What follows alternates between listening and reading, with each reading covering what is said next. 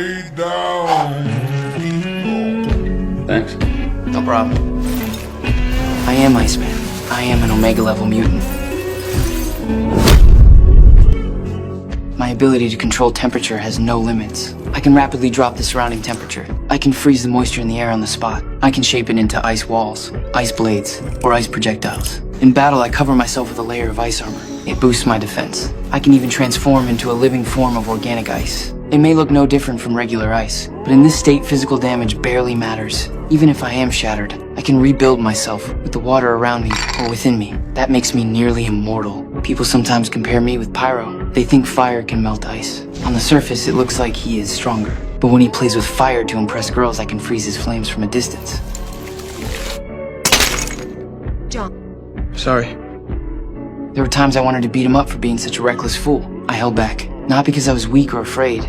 Later, Pyro betrayed us. He chose to follow Magneto, and eventually I had to face him. He flicked a flame from his sleeve, then hurled it straight at me. I rushed to counter with ice. Slowly, I began to lose ground. Pyro laughed at me with arrogance. You're in over your head, Bobby. Maybe you should go back to school. This time I chose not to hold back. I turned my whole body into ice. I grabbed Pyro by both hands. His hands froze instantly and he stared at me in shock.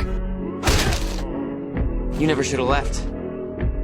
Even though my ice form is powerful, I still fell before the Sentinels. In the future timeline, the Sentinels began hunting down mutants mercilessly. To protect the ones being chased, I formed an ice slide out of thin air. I shifted into my ice form. I sped along the slide and charged at the Sentinel. I unleashed my freezing power and encased it in ice. I thought victory was mine, but these Sentinels had evolved to copy abilities. It copied Sunspot's power.